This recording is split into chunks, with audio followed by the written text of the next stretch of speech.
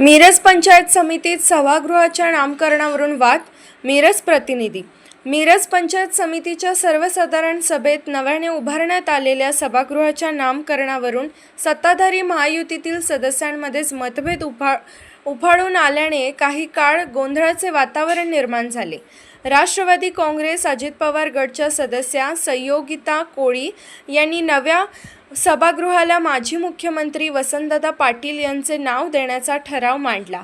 या ठरावाला भाजपचे सदस्य विनायक जाधव यांनी अनुमोदन दिले. त्यानंतर गटविकास अधिकारी BDO ज्ञानदेव मडके यांनी ठराव मंजूर झाल्याचे जाहीर केले.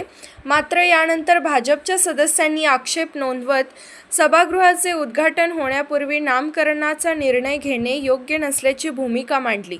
भाजपच्या सदस्या राणी भोरे यांनी उद्घाटनापूर्वी नामकरण करण्यास विरोध दर्शवला, तर भाजपचे सदस्य विनोद गायकवाड आणि संदीप बंडकर यांनी नव्या सभागृहाला छत्रपती संभाजी महाराज यांचे नाव देण्याची मागणी केली.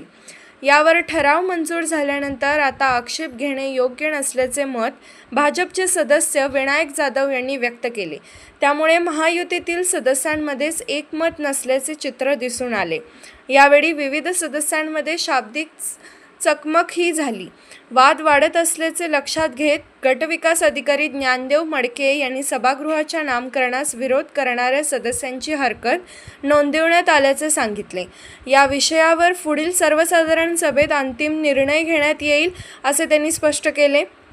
दरम्यान मिरजेचे माजी आमदार मोहनराव शिंदे तसेच लोकनेते राजाराम बापू पाटील यांचे छायाचित्र पंचायत समितीच्या सभागृहात लावण्याबाबतचा ठराव राष्ट्रवादी काँग्रेस शरदचंद्र पवार गटच्या सदस्या गायत्री सुशांत घोरपडे यांनी मांडला.